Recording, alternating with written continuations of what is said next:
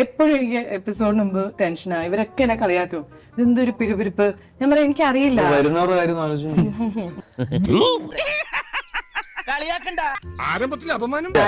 I feel both of you are amazing actors and he's an amazing director. നിങ്ങളൊരു സംഭവം കേട്ടോ sir. ഇതൊക്കെ നിസ്സാരമല്ലേ?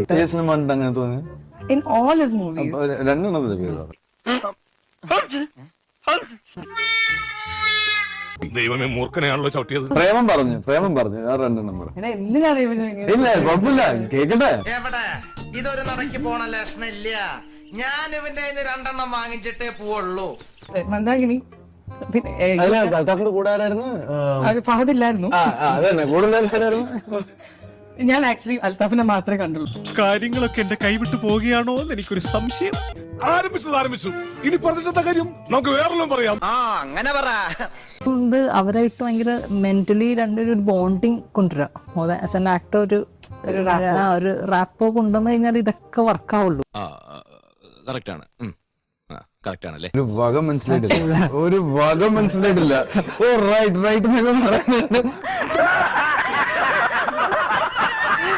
ഇനി ഇതാണ് എല്ലാരും ചിരിച്ച ജോക്ക്. ഇത് എവിടെ പറയുമ്പോ ഭയങ്കര ഹിറ്റ് ആയിരുന്നു അല്ലേ? എന്തോ പോകരുത്തരോ മനസ്സിലായില്ല?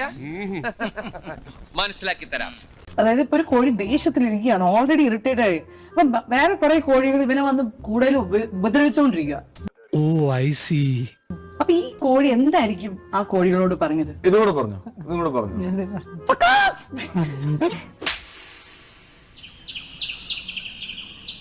എന്തുന്നാണ് ഇത് നിന്റെ അമ്മൂമ്മയുടെ പിന്നാലെ? ലേശെങ്കിലും ബുദ്ധി ഉണ്ടായിരുന്നെങ്കിൽ നമ്മള് മന്ന ബുദ്ധിനെങ്കിലും വിളിച്ചേനെ.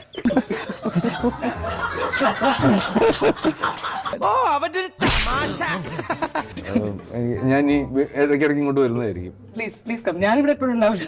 അല്ല, അതുകൊണ്ടാ വരുന്നു പറഞ്ഞത്. അത്രയ്ക്കായോ? നീ നോക്കിക്കോളാ, ഇനി ഒരു നിമിഷം ഞാൻ ഇവിടെ നിൽക്കത്തില്ല.